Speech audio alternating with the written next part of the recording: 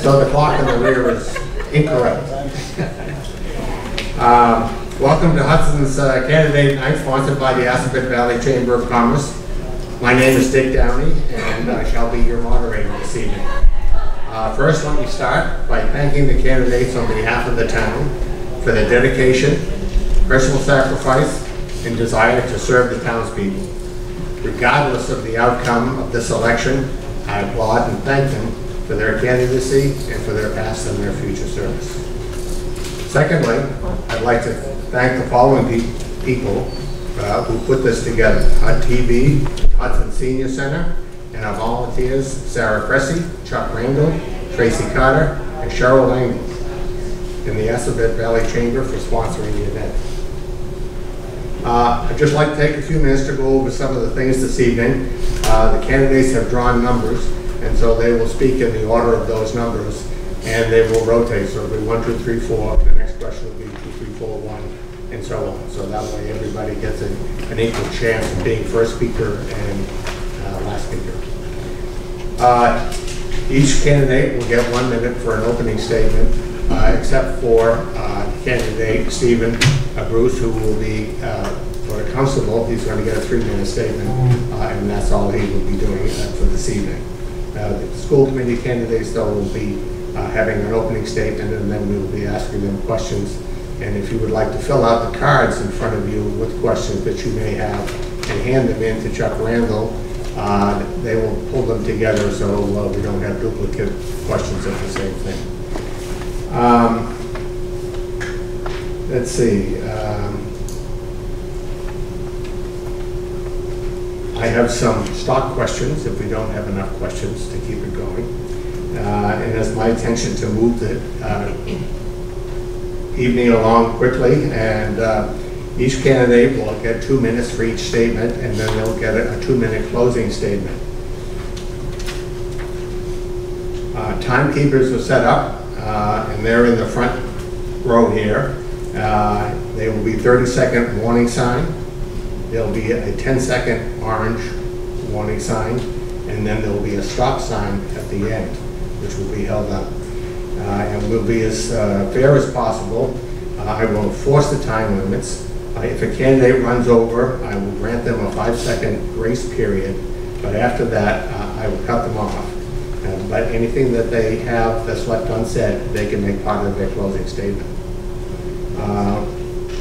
There's a sign-in sheet at the back there, and all the candidates will be mailed a copy of the attendance and of the sign-in sheet, so if they can try to get you to vote for them, I suppose. And there will be a literature table. If any of the candidates have put literature out, it will be at the end. So we'll get started, and I'd like to introduce candidate for Constable, Stephen Bruce, and with his 3-minute opening statement. You can stand in the front there, and they will hand you a microphone. Well, they didn't have a spot on the table for me, so I don't know if I really need the microphone. But we'll need it for the Oh, yeah, I'll need it for that. Okay. My name is Stephen Bruce. I moved here to Hudson about 5 years ago. I found this to be an extraordinary town and would like to add my service to the town for the running of the town government. I came from Colorado, and I did a number of volunteer activities in Colorado with different charitable organizations. And it's some way that I feel to give back to the community. Hudson being a very smaller community than what I was used to, it just led me to the town government. And looking at the list of different offices that were open, I picked Constable for the starting point. I feel that I could give a little bit of value to that department and being able to assist the town government as far as serving notices and such that need to go on to help the running at a fiscally responsible amount to the government here in Hudson. I plan on being a longtime Hudson resident. I have found a new home here. Myself and my granddaughter, we have found that this is where we want to be, and this is the type of town I'd like my granddaughter to live and grow up in. Other Lots more times. I know I do, but I'm not a real big public speaker. And I think we have a lot more important information to be shared this evening with the school committee. Having a 10-year-old in Hudson Public Schools, I'm interested in hearing what they have to say this evening. What time in Colorado? I was born in Denver, and I basically, the last 10 years, I lived in Aurora. Oh, okay. Any questions? Okay. Okay. And I hope that everyone will vote for me. Thank you. Thank you, Mr. Bruce. Thank you. Okay, so we'll start with the school committee and with their opening statements. We will go first with Matthew McDowell. Right over to you. Well, good evening. My name is Matthew McDowell. I'm a parent of 2 Hudson School students, one in 5th grade, one in 8th grade. And both have attended Hudson School since kindergarten. I first moved to town in 1998. My wife and I bought our house here in 2002. One of the reasons for our choice to settle in Hudson was the strength of the school's reputation at that time, and also the prospect of the continued growth of the town. I'm also an educator. I believe I bring with me 20 years or more of experience. First in the classroom at 2nd and 5th grade, teacher up in Stowe, and most recently as a school administrator in Acton for the last 8 years. With an understanding of all 3 perspectives, parent, teacher, and administrator, I believe I could be a valuable asset on the school committee. Okay, thank you. Nina? Good evening, I'm Nina Ryan, and I have a master's degree of education with and without disabilities. I believe in order to give our children the foundation of academic excellence and preparing all of our students to be active citizens in a competitive and global environment, they need a strategic plan which works. The strategic plan must include all aspects of STEAM, science, technology, engineering, art, and mathematics. With my expertise in education, I will bring the necessary work knowledge to create such a plan. And a strategic plan is limited by its funding. I bring the knowledge to ensure our resources and used properly and to the maximum effect. I'm hoping we see the same needs and desire to make Hudson Public Schools the best for our children. Now, I have 2 children who just started out. I have as of yesterday, 6-year-old and a 3-year-old. And I want nothing more than the best for them as they grow up in Hudson. Okay, thank you. Len? Hello, my name is Glenn Masson. Professionally, I'm a scientist. I work at Quest Diagnostics in Marlboro at a division that does genetic testing. I've lived in Hudson since 2001, and I have 2 kids now attending Hudson High School. They've been in the district their whole childhood.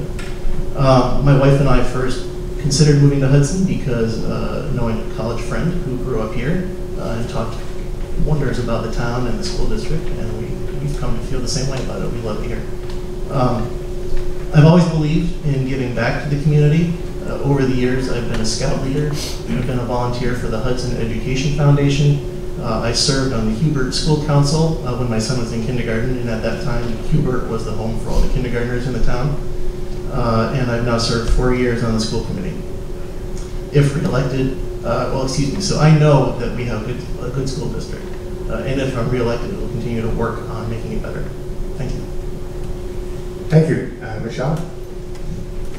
Good evening. My name is Michelle Susie Dufour, and I've been a Hudson resident for about 15 years. My husband and I moved here and immediately connected and felt the community that was here. And once our children entered the school, I have 2 daughters in elementary and almost in moving up to the high school soon. We wanted to get involved. So there was an opening on the school committee, and I decided that I wanted to run and help the successes that I was already seeing happening every day in my children's education. I've been on the board for 4 years, and I've been happy to help work to move the district forward, to manage our money as well as possible, and to start new initiatives that will help continue growth for all students in the Hudson district. Thank you very much. Okay, so we'll start with the first question with Nina.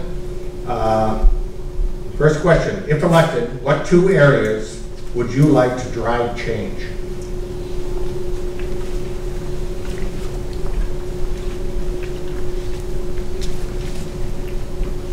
I believe with what is being done right now with moving STEM forward, I think there's a big component of the A that is missing, which is the arts.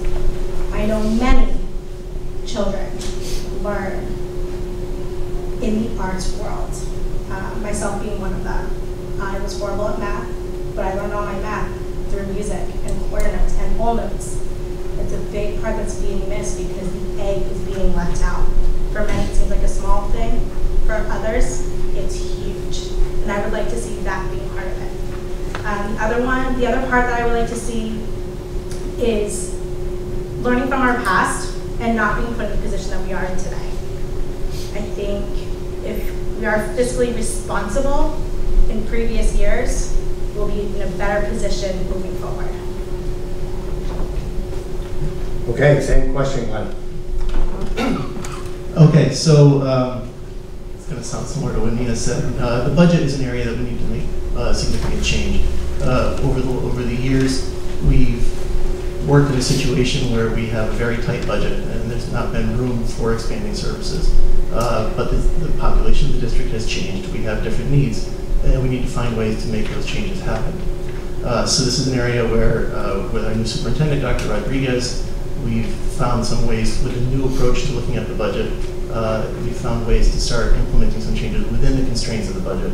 And we hope that by continually reviewing every aspect of our work, we can find similar efficiencies in other areas and continue to do that. And if necessary, to change the funding basis that supports us, try to get to a better, more financially stable situation. A second area would be to improve our service to all student groups in the district. Over the years, we've seen changes in the population, as I said, and one of the areas that needs more focus is our students who are English language learners. We've had increases in needs in students who have social and emotional needs, and these are areas that we need to be able to focus on more. Okay, Michelle. I want to echo a lot of what Glenn said. We are using a new process to look at our budget to make sure we are using every dollar in the best way possible. And through that, our budget tells us our values, and where we put our money tells us what we want to do.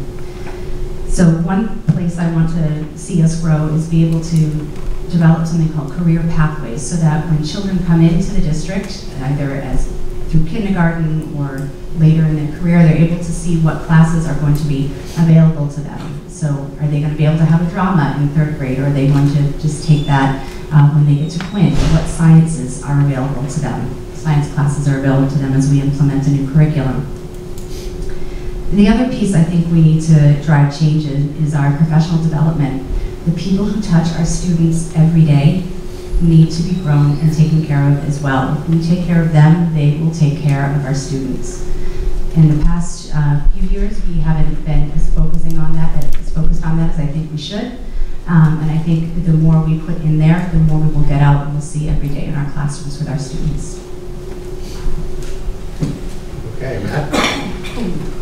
Without covering now familiar ground, I guess the other two areas that I would mention would certainly be improved communication. I mean, obviously the work being done by the school board, by a lot of the different town boards to meet the needs of the changing community need to be better communicated before and while that work is in progress rather than just after. I think along with that, obviously the retention of students and what that means in terms of the programmatic offerings that all of our schools, particularly the middle school and the high school, are able to offer, so that we are keeping our students here and making it the best educational experience that we can. All right, so starting with Glenn. So, do you support the current budget cuts and changes for the fiscal 19 year, and why?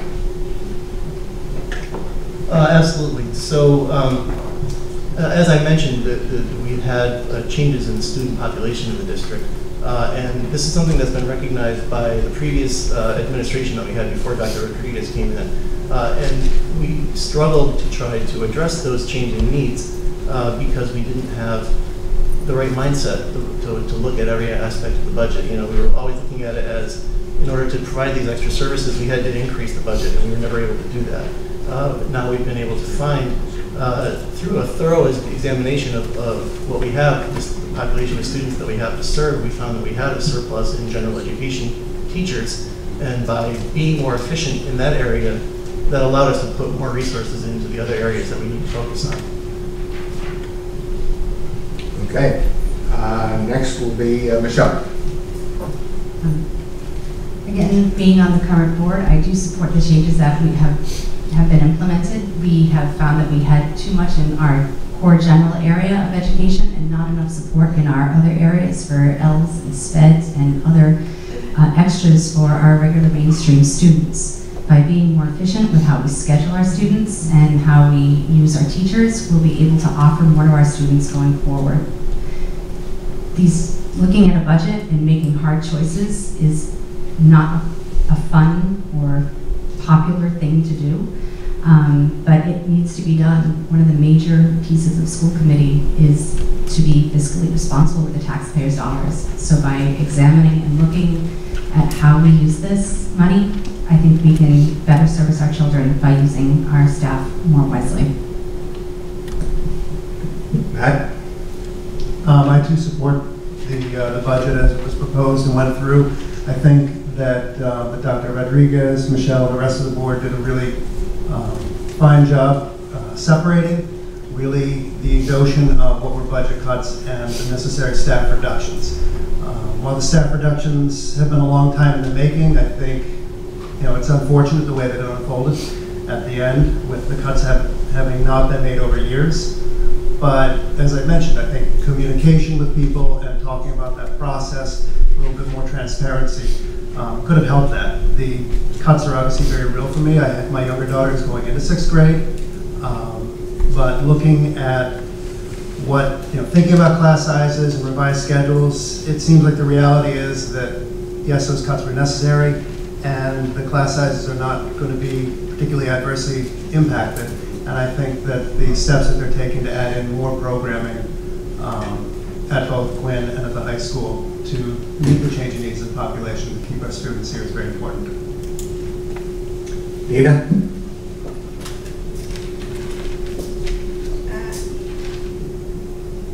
So I do support the budget cuts. What I don't support is the way it was done. I don't support that it wasn't seen coming from years ago. When I was looking at the budget and all the plans and all the paperwork that has come out from either Dr. Rodriguez or from the school committee, you can see this coming down the line. And I personally was wanting to know why some cuts weren't made 3 years ago, 4 years ago. Why big cuts now? That's what I don't support. I run a business in education. I know what it's about. I know that you have to make the tough cuts when you don't want to. I also understand the education side and the teacher side because I have been there. They are not easy cuts. But I do believe somewhere along the line and learning from our past, we want to be in the position we are now with the cuts that had to be made. Okay, we'll begin the next question with Michelle. What do you consider are the 2 main problems of the Hudson schools, and what are your ideas on how to fix them? The 2 main problems of the Hudson schools, I think, are 2 different problems. I think our first problem is perception. I think people don't know all the good that we do have here, that all of the classes, all of the electives at the high school that we can take. We have an extraordinarily deep humanities department, English department. We have drama in 3rd grade now for our kids.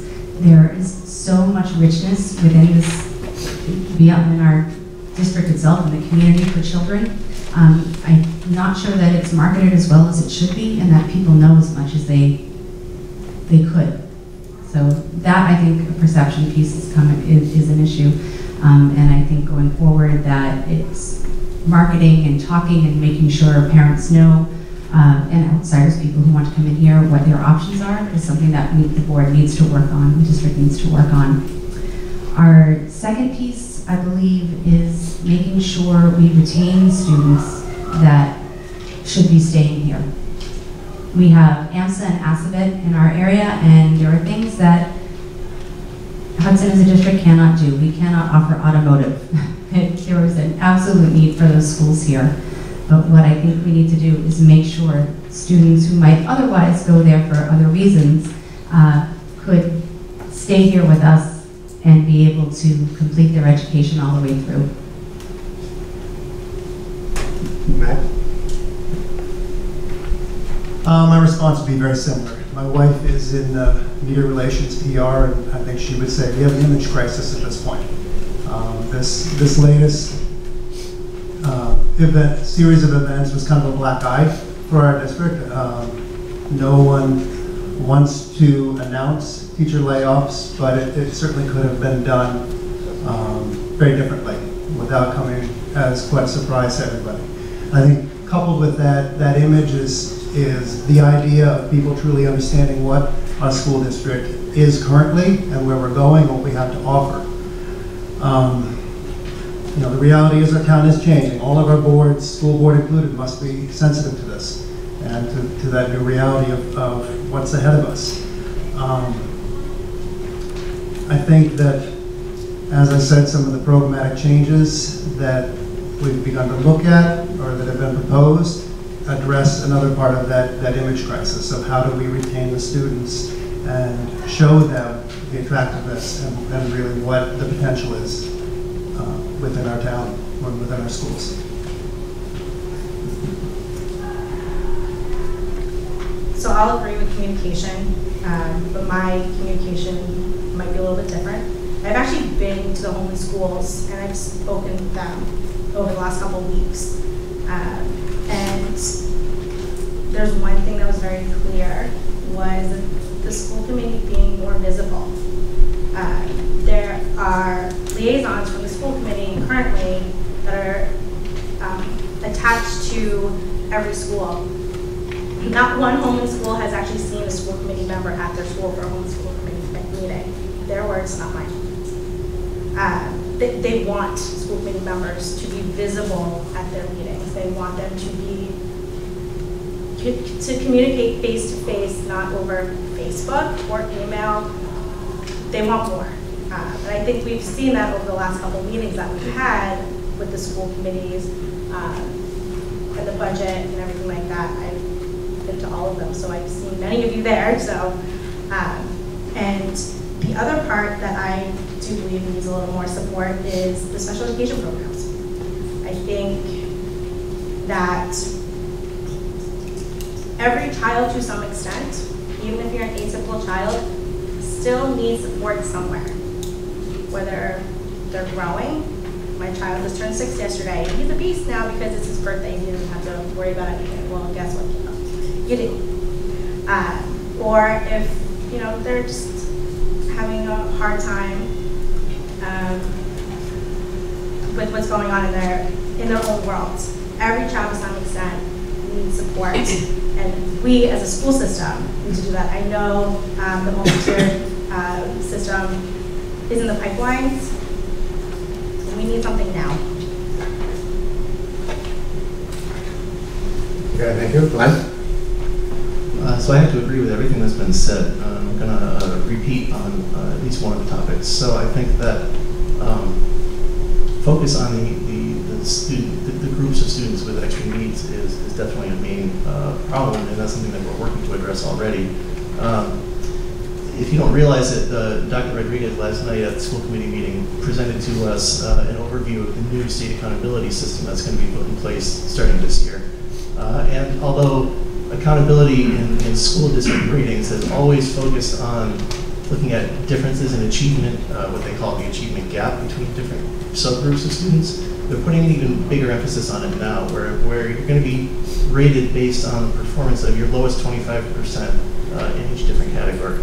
So now more than ever, we have to make sure that we're really doing everything that we can and should for students in all these different needs, special education, students with English language learning, students with social and emotional needs, all the different groups.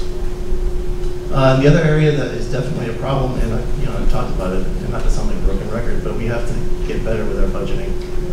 This is an area that, like I said, we've been on the edge. We feel like we're near crisis year in and year out, and by diligent efforts of saving money and instituting spending freezes, we've managed to come through. We don't know that we can keep it up very much longer. We need to get to a better place, and so we've already started talking with Dr. Rodriguez about trying to put in place a plan that will bring us into a financially stable position. Okay, we'll start the next round of questions with Matt. Can I just interrupt real quickly? Remember to tip and talk. There are a couple of you that we can hear from the back of the room. There are a few of you that they can't hear you. So tip, talk loudly. Thank you. Sorry. With the declining school enrollments, how do you determine what that is, what the cause is, and is it possible to reverse the trend?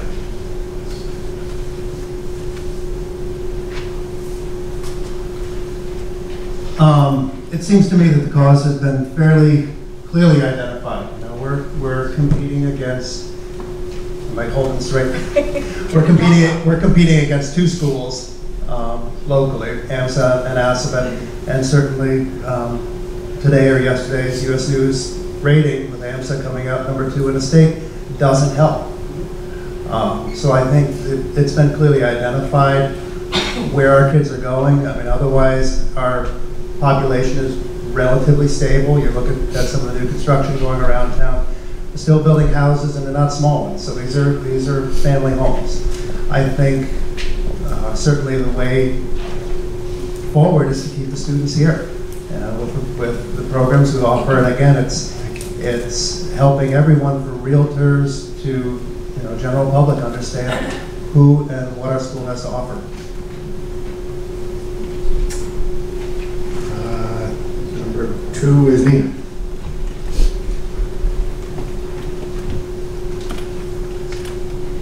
So I see, and I can agree, there's a decline.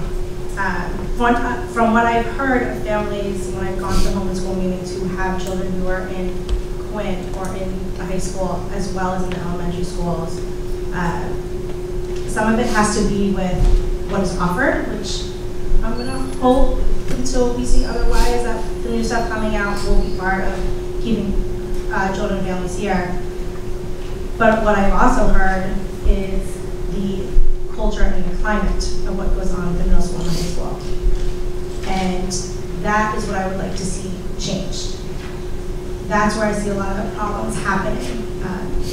They come in for 5th grade, they're out by 6th, not only because AMSA only takes them in 6th grade, but because they're biting at the bit to get out, because they don't like the climate that is there.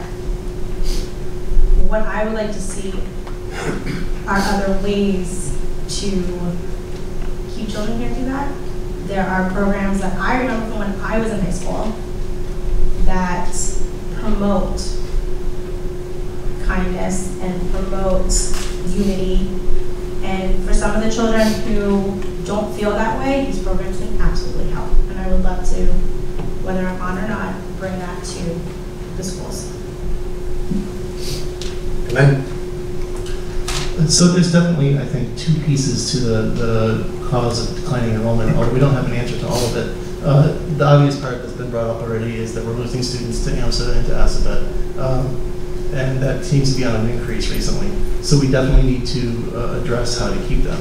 And I think that excuse me, maintaining all the different programs that we already offer, all the arts programs, all the enrichment programs, electives, pathways, all the different activities, and adding to those and expanding our offerings at both the middle, especially at the middle school, when kids might be first considering, or families might be first considering moving their students to AMSA.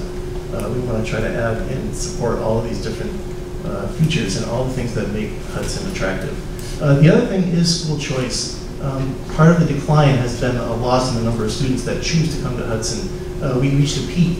I was just looking at this data from the state website recently. We reached a peak in 2010 of 180 students choosing to come into Hudson from other towns. This year, we started the year at 96, although Dr. Rodriguez did say to me last night that he thinks we're back up over 110 again. We've added more during the year. But why necessarily there was a drop in school choice is not clear, and we would certainly spend some time investigating. And as we build our programs to try to keep people from leaving and make our schools the best option, I think that will also act to continue to attract more students from other towns as well. Okay. Michelle? I can't disagree with Matt and Glenn and Nina in terms of why we're losing students as we see in the upper end. I had an interview with the Jeff Malachowski at Metro Daily West asking about the redevelopment and had we seen an increase in the younger families coming in and with everything going on downtown and how hot our housing market is. And we really have not seen a great spike in our elementary schools. So it forces us to look further on in our children's academic development. So the more we can do to provide those courses and to make sure parents know about them and they can stay with us because they see something excellent for their child here, then we need to be doing that. I think everything else has been said on this. I'm sorry, I didn't hear. Oh, she's done. I think everyone said what needs to be said on that. Okay. All right, next question will be Nina.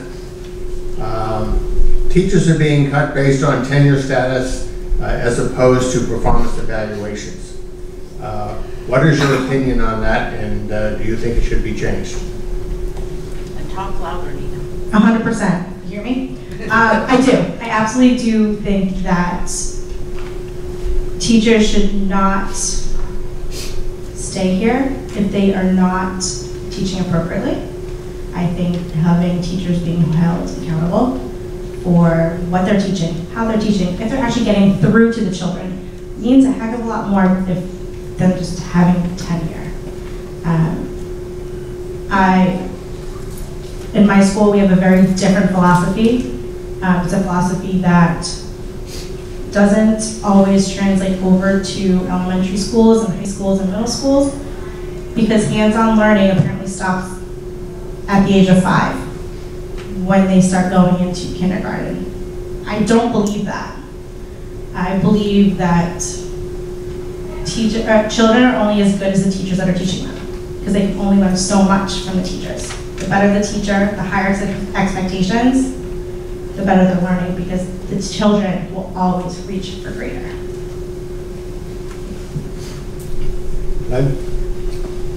I agree completely. So we definitely need to have an evaluation system in place. And this is something that's been discussed with Dr. Rodriguez and the board and will be discussed with the teachers union.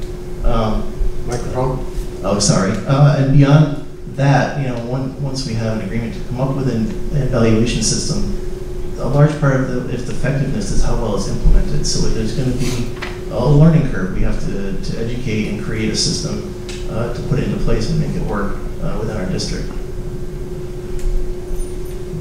Michelle? Thank you. In the recent cuts, anywhere we could have used performance as a reason to make a choice, we did that. The new educator value system that has come through in Massachusetts has taken time for teachers to learn how to do, for principals to learn how to implement, and I believe we're finally, after 3 to 4 years now, going through the full cycles with people, being able to see how this can work. Nobody wants to lose a good teacher just because they're young, but unfortunately the contract we have now is the one we have to work with. So the way to remedy that situation is to really use the teacher evaluation system as it's designed to be able to monitor and manage teachers, help them achieve, and if they can't, then those are the ones we need to ask to leave in the future.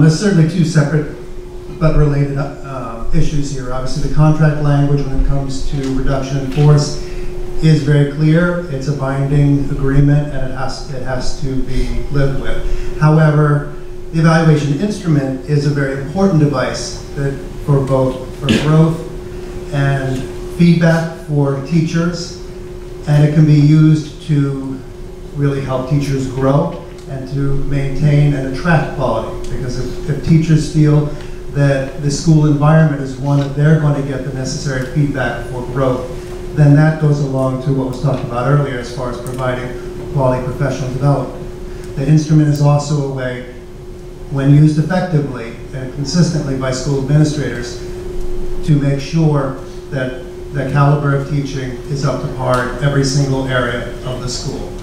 And whether it's classroom, whether it's related arts, SPED, specialists, etc. And it's a way to move teachers out very effectively. Okay, next round of questions. We'll start with Glenn. Please give us your opinion on homeschooling and how you would assure that they meet the proper requirements.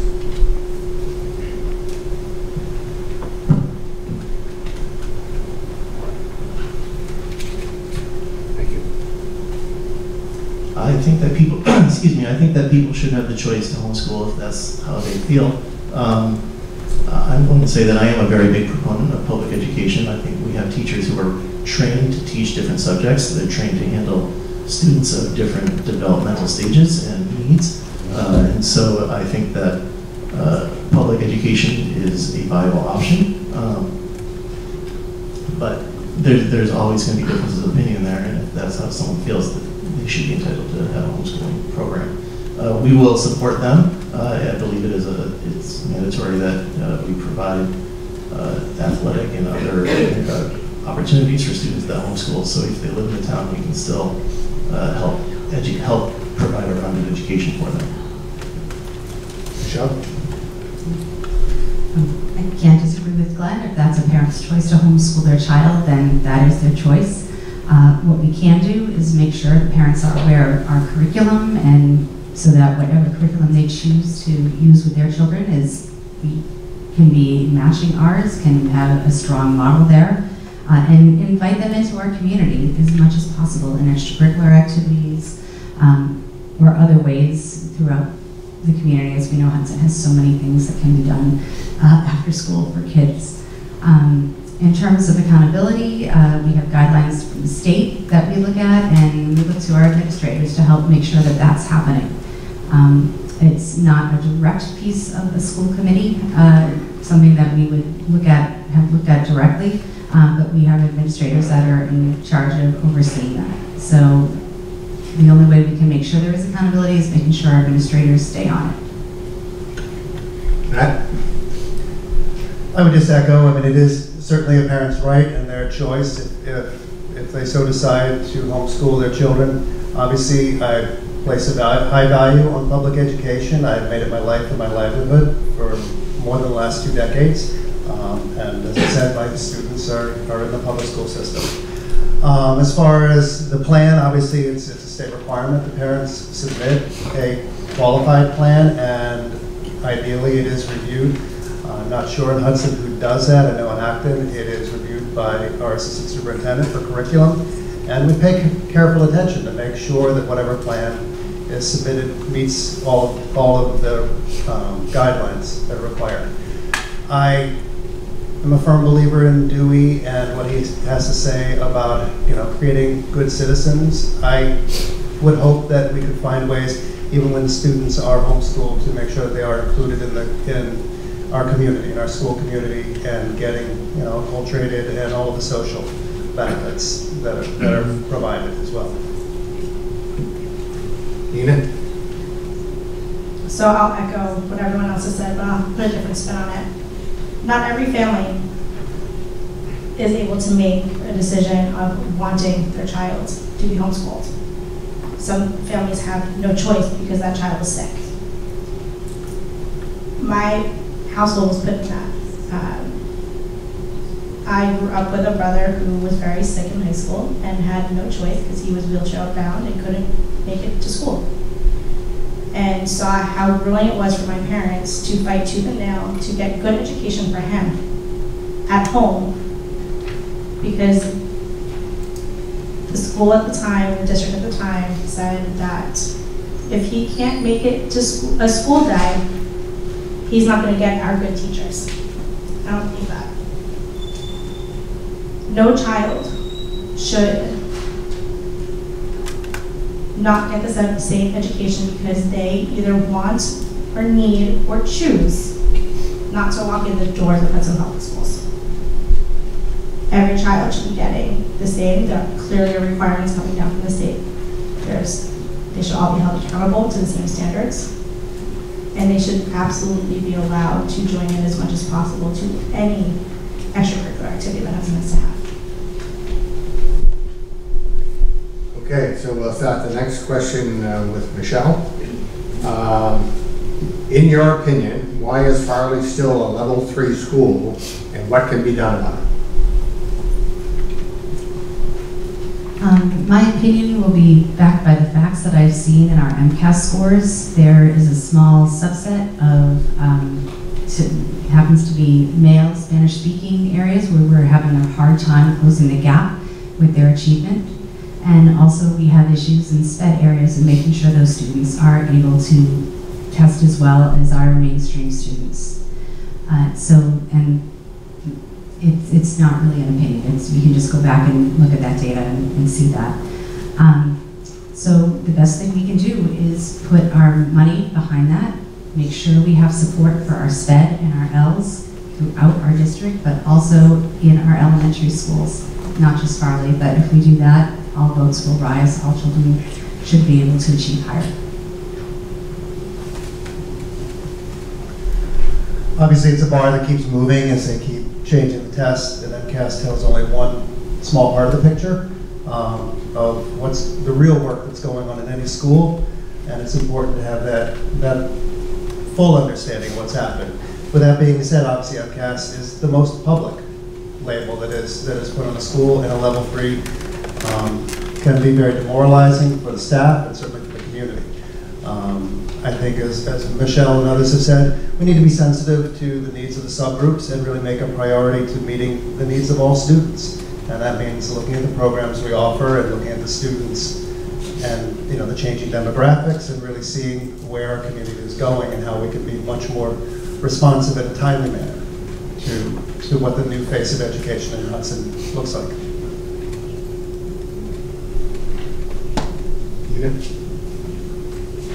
This has actually been a question of mine since I decided to run and get more information. And I did, the data's out there, the MCAS scores are out there. I do believe that there are things that can be done. There are teachers being held accountable for things. There's administration that can be accountable. Are they being held accountable?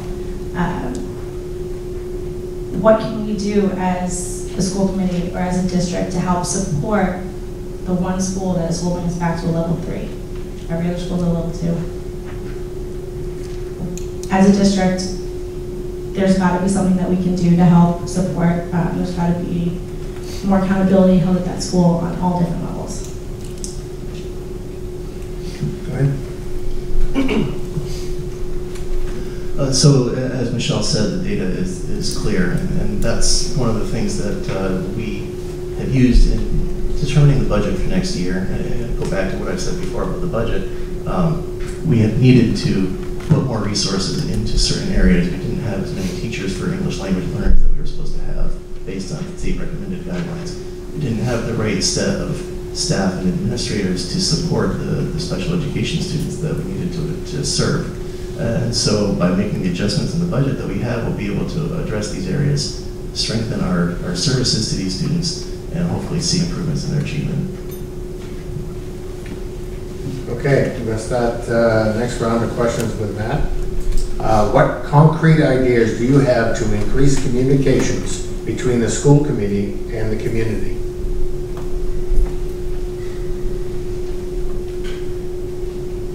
I think that obviously, as recent events have shown, communication by necessity needs to be improved. I can think of attending some forums and hearing things that were promised as initiatives were rolled out around Alice or things like that, or my students have come home and talked about some sensitive topics, and that communication I feel should have come from the administration, saying, hey, by the way, this was discussed today, and your student might have some questions. I think that's a breakdown. So I think it does start with obviously the administrators, but there's work to be done as well. You know, if I were the school member were to gain the vote and be a member of the school committee, I work very hard to make sure that more of that communication of things while they're in process, rather than when the ink is dry and it's a done deal, so that the community is aware of the work that's being done to address who we are.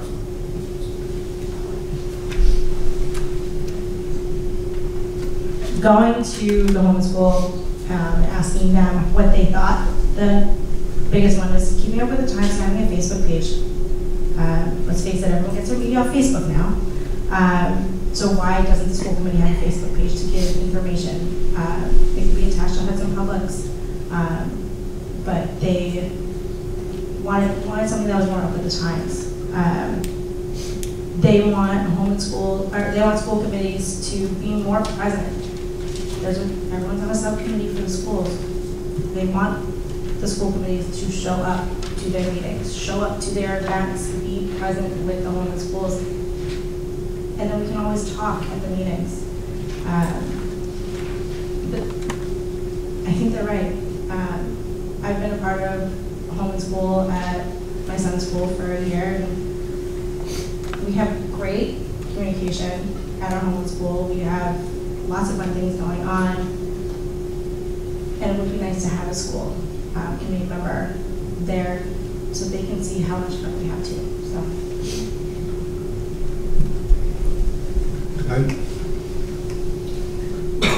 So this is something that we have started discussing already, and given the recent events and the way they were received. Just last night, for example, at a school committee meeting, we were talking about possibly setting up office hours for the school committee members. We're discussing different locations around town, maybe at the high school, maybe at the town hall if there was space available, or certainly at Apsley, making ourselves available. And of course, certainly participating in other events as has been brought up. We I don't recall that we were assigned to home and schools, but each member of the school committee is assigned to one of the school improvement councils, and I've attended every meeting with the Forest Ave School Improvement Council this year and gotten feedback from the people at every one of those meetings. And other ideas, we're certainly willing to have more open discussions with the community and get feedback and what people think would be most effective. As current chair, I feel I need to own this, that our communication for the past 2 months with starting in March, we're in May now, with the reduction in staff, so layoffs and that, could have been better. And if re-elected, it is something I will do to work with whoever is on the committee with us to make sure we have a plan going forward with the district to make sure that the school committee is echoing and putting out everything that we should be that is going on in the district that is appropriate for school committees to communicate. There are different ways that our district already does communicate, so I think we need to look at that and make sure we're not duplicating, but we're finding a way to actually reach constituents and parents so that we are able to give different information that is coming from us to let you know when budget meetings are happening, to let you know struggles that we're facing as a district. We need to continue to do forums. We need to get in the schools. I know I go to my home and school meetings, so I see them there, but that's just because my kids happen to be at those schools. We do have a school committee member on every school council, but not many parents are on school councils. More parents do go to the home and schools. Something coming up in the next few months, we'll be talking, you may hear something called the DIP, the District Improvement Plan, and those are what we're going to be deciding on our goals for the school year coming. The school committee will definitely have goals, actionable goals attached to that, and we will have to have discussions around communication, which will be one of our goals of how we can improve. Thank you. Okay, next question, we'll start with Nina. Apparently there has been some significant legal fees associated with special education. What, in your opinion, can be done to reduce that? I'm sorry, could you repeat that? Apparently there has been significant legal fees related to special education.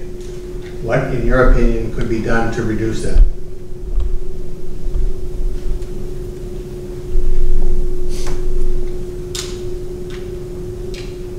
I'm going to go out on a limb and say that this was an individualized case, more recent in the news. I'm sure there are other ones as well. Special education cases, like the one that's been pretty prominent recently, I don't believe should have ever gone to the place where it has gone. I also don't believe that the school committee has much say in any of that. The school committee, by definition, is supposed to guide the district, not individual cases. This, like I said, I'm going to go out on a limb, individual case. I would have voted to give this child what they needed, but that's me. I do whatever I can in any way, shape, and form to give a child what they need. I'm sure others would try to do that as well. But if it's going to benefit the child for the positive, we should do whatever we can to get it to them. Go ahead.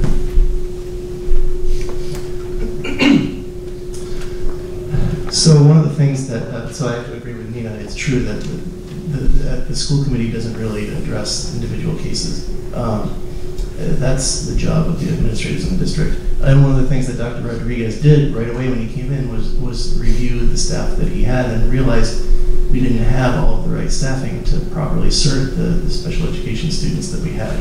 And he immediately made some changes in that regard to make sure that we had people who could sit on IEP committees and fairly chair them in 504 committees. And make sure that we have the right administrators to support the delivery of the services for all these students. And if we have the right staff and administrators to do that, that should indeed, reduce our need for legal fees. Michelle? There was an uptick in our legal fees in the past few years, and I think with going forward with the new superintendent, that was when I was leading the search and looking at criteria of people's background. What I wanted to see was someone with a strong SPED background that could help us mitigate and fix what was going on in our district. Since Dr. Rodriguez has come in, as Glenn said, he's done some restructuring and pulled different jobs to make sure that we have a more fair process for our children being evaluated and getting their services. Just that alone will help reduce our legal fees.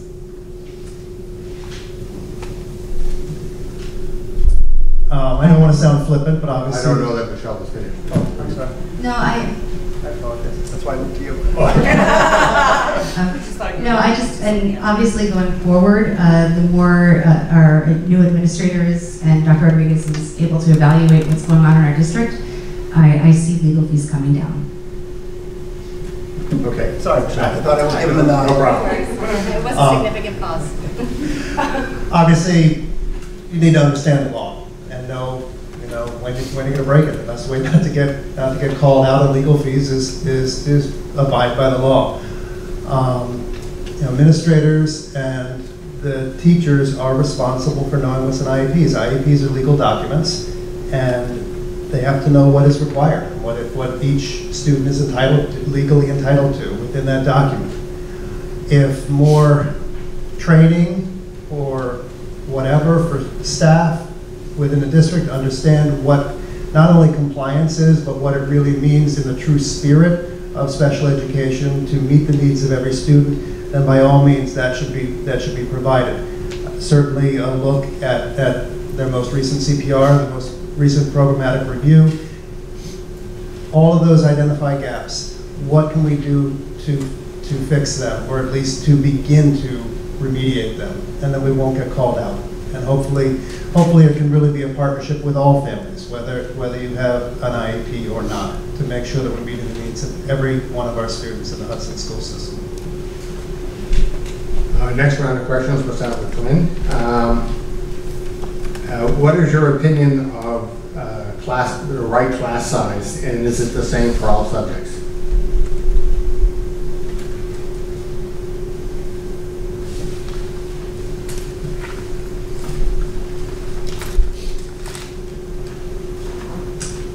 The right class size does depend on the subject, I believe, to some extent, depending on the class and the nature of the learning that's meant to be done. I think that there needs to be an understanding of a balance between cost effectiveness as well as, but still delivering the most quality education that you can. So there is probably an optimal class size in any area. And I think that the adjustments that we've had to make, which would bring us from an average class size of approximately 17 to approximately 20, is perfectly within normal limits, normal expectations, and reasonable, and still give us optimal delivery of services. Michelle? The opinion of right class size is a very broad topic because what someone might think is the appropriate size for a kindergarten may be very different from what is appropriate at a high school in an elective. So it is not the same for all subjects, and one of the things that we as a board have worked with Dr. Rodriguez looking at our budgets is to say we want an average class size throughout the district of 20. In some areas we will have less, and in some areas we will have more. In any general education course, we are committed to not going above 25. I know there are people here whose children are probably early in high school or staff had kids with a class size of 27. That is not anything that the current board wants to see, and that's one of our guiding pieces for our budget. How do we keep that in there, that we have an average of 20? Again, we're going to see some outliers on both sides. A music class at the high school may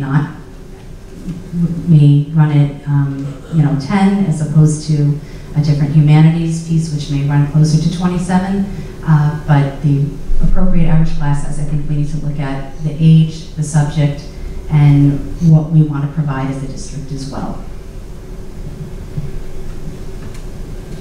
I think, of course, class size matters. There's a lot of factors in that. I think, obviously, age plays a big role in that. We've been very fortunate in Hudson to historically have small class sizes. In Acton right now, in our elementaries, we have anywhere from 24 to 26 students in our classes. Ideally, particularly in the kindergarten, I think definitely under 20 in any of the primary classes. As you go up into middle and high school, obviously the content matters along with that. What's being taught? Are there safety factors to be considered? If it's a more hands-on interactive lab, is there an amount of supervision that is necessary? And so by rights should have lower amounts. Obviously there's some other classes, lit class or something like that, that could have up to 30. And I think that teachers can still have a classroom environment where they know and understand each of their learners and can meet their needs. Lena? I believe that not all subjects should have the same. I believe that children should be able to pick, especially when they get to the middle school and high school, what classes they want to take, and that will definitely guide how many children in each class. Definitely the age, the younger the child, the smaller the classroom should be. Part of the goal of any public school is to get the children ready for what happens after they graduate. For some, that's going to college. For others, it's going right into work. For some, they're going to choose something else. But they're not always going to be sitting in a classroom of 3 children, or 3 other people. They're not going to be sitting in a classroom of 20. They might be sitting in lecture halls of hundreds of people, in professional developments of hundreds of people, depending on what they want to do. They need to know how to react in situations like that as well. Do I think having classrooms of over 25 should happen? Absolutely not. But I do believe that the children should be able to, the teacher should know the children enough so the children are able to get the best they can get from the teacher in the class. All right, the next questions we'll start with Michelle. This is a little different than the previous question. What is your opinion of the correct proportion of administrators to teachers?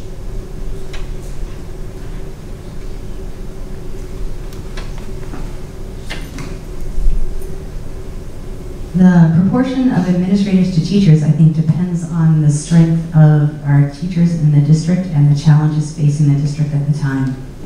To see an increase in administration in the recent that we've done in the SPED area, we need to have. It was something that our district needs to address, and we didn't have the right people in place to do that. So for a ratio proportion of that, I can't give you an exact one, but I do know we need more administration to help guide our teachers and guide the process that was happening with our SPED area.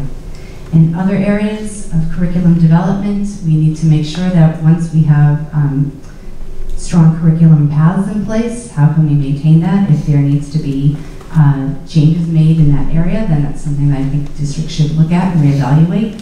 I think that any administrator that we have, be it principal or in central office, or anywhere, if they're not serving the needs of our students through helping our teachers, then we need to evaluate that person or that role, depending on how it is. Okay, Matt? I think it's very tough to talk about a specific number or a ratio. Obviously, when you talk about administration, you're talking about different levels of service, whether you're building level administrators or whether you're talking about district level administration. I would hope that the goal of both or all, depending how you characterize it, would be to provide support to the instruction and learning that's happening for all of our students, and also, as was mentioned earlier, the very important piece for the staff, the evaluation and supervision, to ensure that good teaching is happening within every single arena of our schools, and also providing for the professional growth.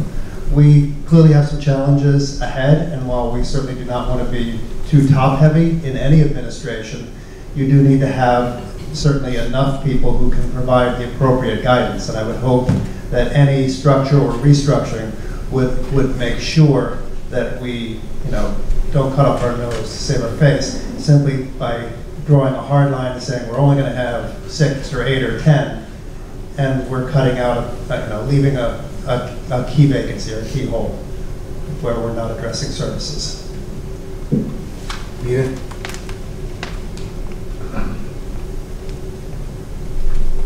I believe that administration is a guide and a support to the teachers. And if there is lack of good administration, then that means there's a lack of productivity, whether it's with the teachers or our children.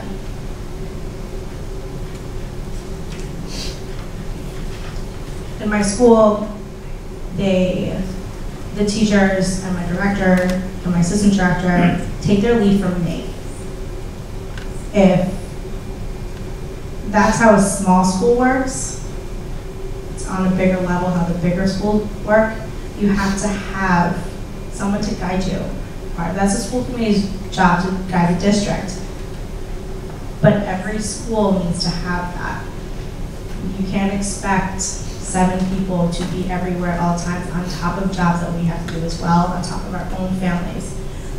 We have to delegate some of it to the schools itself, and this is where part of that lies.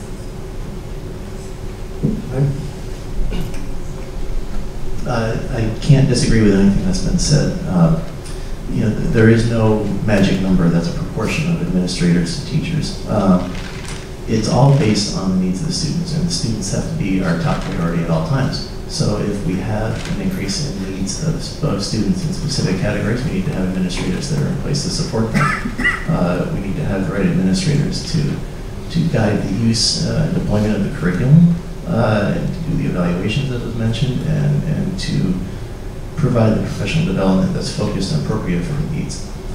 So it's something that I think with Dr. Rodriguez bringing his zero-based budgeting process to the district, it's something that is constantly going to be looked at. We will have a changing body of students to serve from year to year. And the very principle of the zero-based budgeting is to look at the needs that you have predicted before you for the coming year and make sure that you have the right set of staff and support services for those staff each given year. And so we will constantly be re-reviewing what administrators we have and if they're still appropriate for the needs that we will be having. Next round of questions, we'll start with Matt. And in your opinion, is there any difference between school choice at the elementary level than other levels?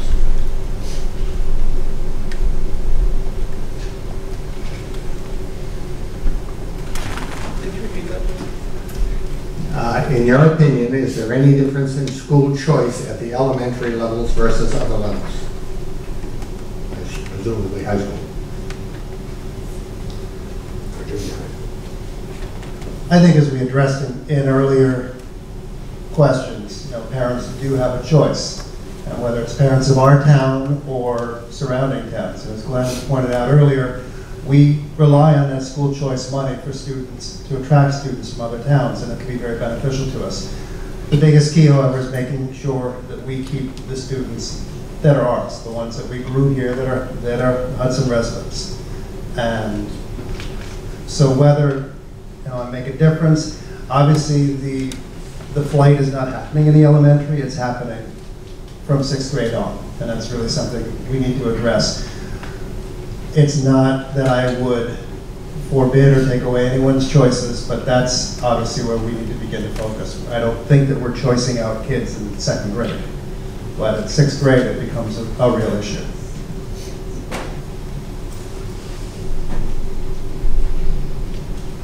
I personally haven't seen any numbers that show or support school choice at the elementary level and children leaving. We clearly see the numbers in the reports for older children. However, I'm sure it happens.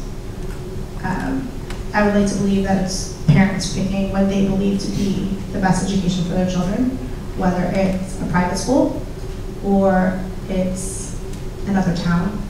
But I think the numbers show that where it lies, that it is with the 6th grade and the high school level.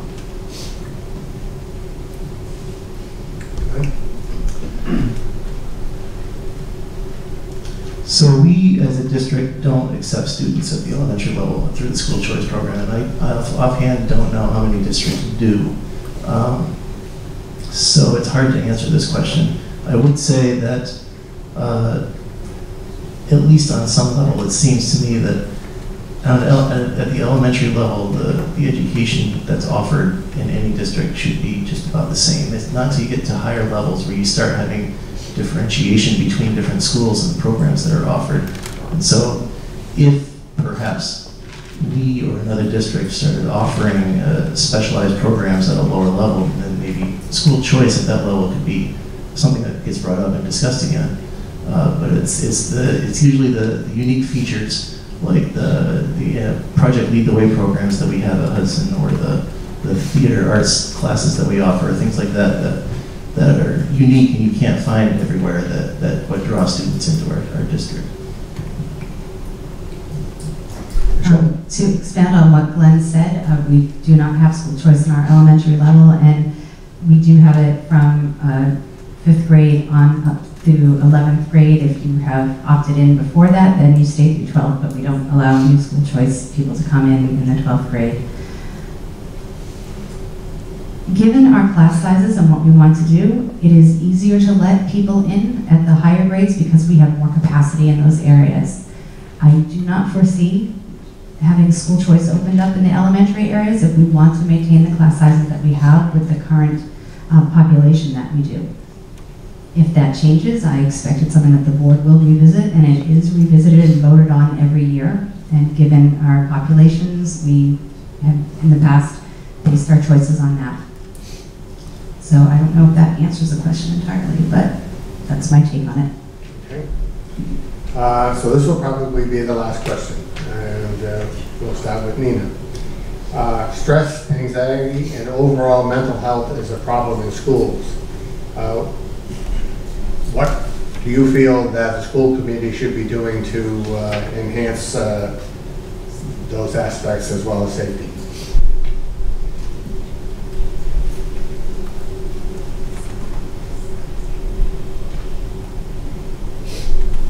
I think that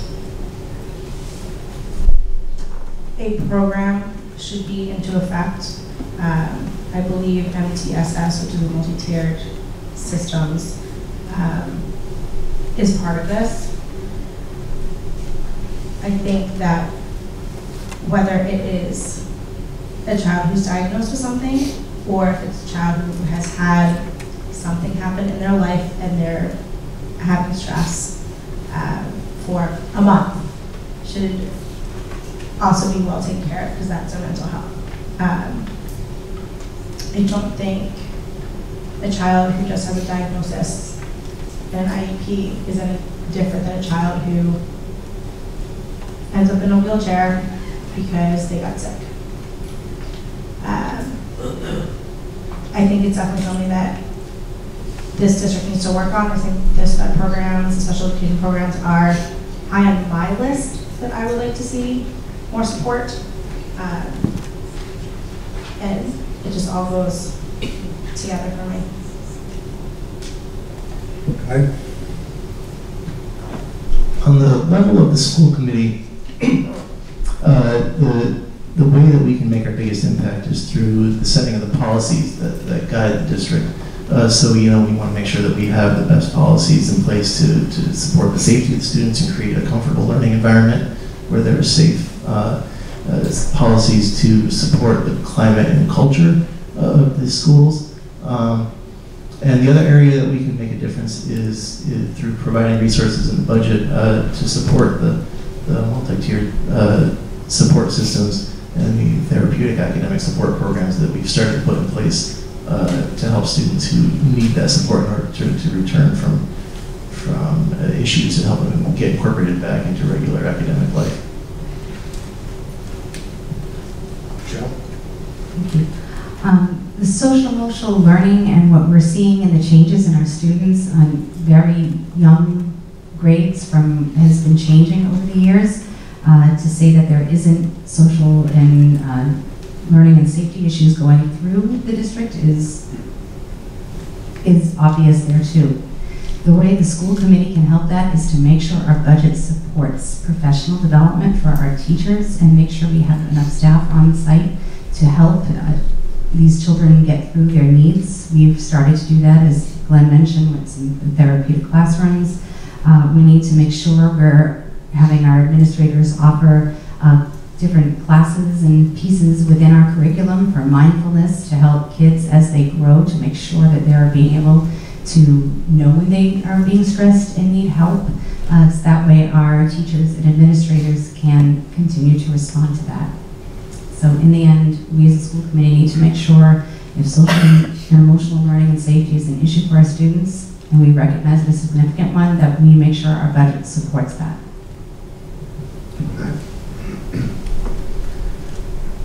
Yeah, unfortunately, this is a new societal ill that we're dealing with. We're finding that students are coming into our schools ill-equipped to deal with situations that were taken for granted. They would have the tools and capacity to deal with. Our role, and the role obviously of the schools, is to provide those supports. Certainly in the elementary schools, and this is not a Hudson thing alone, but in general, we do a good job at reaching and teaching the whole student with social competency programs that really focus on building those skills. I think that building that same capacity in the educators at the junior high and senior high level is crucial to the success of the students. Too often teachers at those levels get hung up on teaching content versus teaching students, and they need to see the whole person in front of them. So part of that training and that support is providing them the tools, the training, to make sure that they can recognize the signs, particularly of distress, as students are sitting in front of them. Knowing how to take your foot off the gas, and whether that's a revised homework policy or other measures, looking at how schedules and everything are created within the schools to really make sure that all the students' needs are being met. socially, emotionally, academically. It's a delicate balance. So that lines up our questions for the evening, and so I'd like to go now to the closing statements, and we'll start with Glenn. So I guess in closing, I would start with saying that there's nothing more important to us, or to me as a school committee member, than making sure that we support the academic achievement of our students. We have brilliant students in our district, and we need to do everything we can to give them the resources they need to reach their best potential.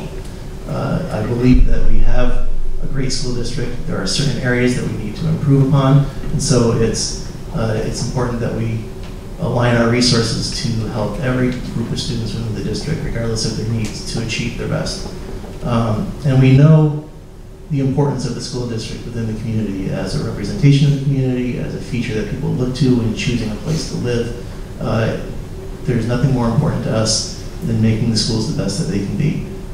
We want to enhance the programs to keep students here so that we are a competitive and attractive offering among the choices that people have. And we want to support all the needs of students as a rounded and full individual.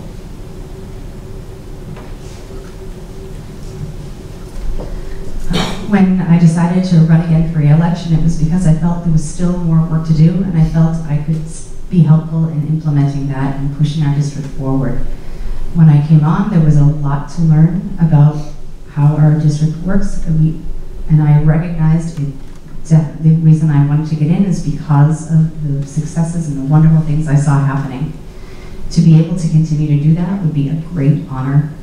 Hudson is a wonderful district, and it is a wonderful community, and anything I can do going forward on school committee to help continue that, to make sure our children are achieving, all students at all levels, to work to their full potential, I would consider that an honor. So thank you very much for listening tonight. Throughout my career, I've always focused on putting the needs of students first. So as a school committee member, I would hope to maintain that priority of meeting the needs of all students. I'd work to accomplish this through strong, open communication with the community, with the hope of better understanding the needs and goals of parents and students, but also to make sure that the community as a whole understands what's being done by the school committee and the school administration. As I said, one of the reasons for my family settling in this area was the reputation of school systems and the continued growth of Hudson. I still believe in the strength of both things, and I believe I can help serve the Hudson community as it navigates these changes and regains its standing as a respected school within the Commonwealth. Nina? For close to a decade, I have maintained, operated, and owned a thriving business in education. In order to achieve success in education, I need to understand the needs, wants, and abilities of children and their families. What I've heard most has been how can education prepare our children for their future. In order to give our children the foundation of academic excellence, we need to prepare all of our students to be active citizens in a competitive and global environment. We need to develop a strategic plan which works. An informed strategy will be the guide to a cost-effective plan, lead the school committee, and help identify the most valued programs for the employable of our children and our grandchildren. This strategic plan must include all aspects of STEAM, science, technology, engineering, art, and mathematics. By supporting STEAM, our children will be able to enter the workforce with a leg up above the rest. As a private sector business owner, I can bring the knowledge to ensure our resources are used properly until their maximum effect. As an educator, I bring the necessary working knowledge to create such a strategic plan, the discipline of fiscal responsibility, and an understanding of the impact of positive education has on our entire community. Any strategic plan is limited by its funding. With fiscal responsibility, we can provide our children academic excellence and preparing all of our students to be academically confident and successful, active citizens in a competitive and global environment, as stated in the mission of the Hudson Public Schools. I'm hoping we have a shared vision and see the same needs and desires to make Hudson Public Schools the best for all of our children. Okay, thank you. Well, I hope you've enjoyed this evening and you'll found this session informative. Our democracy depends on citizens' involvement, and so I'm pleased to see you all here tonight. Please let your friends and relatives know what you've heard here tonight and pass along any information and encourage them to get out and vote on Monday, May 14th. Again, thanks to the Chamber and the Senior Center. And Stephen, if you'd come up front here for a second. I would like all the candidates to please stand and accept a round of applause for them.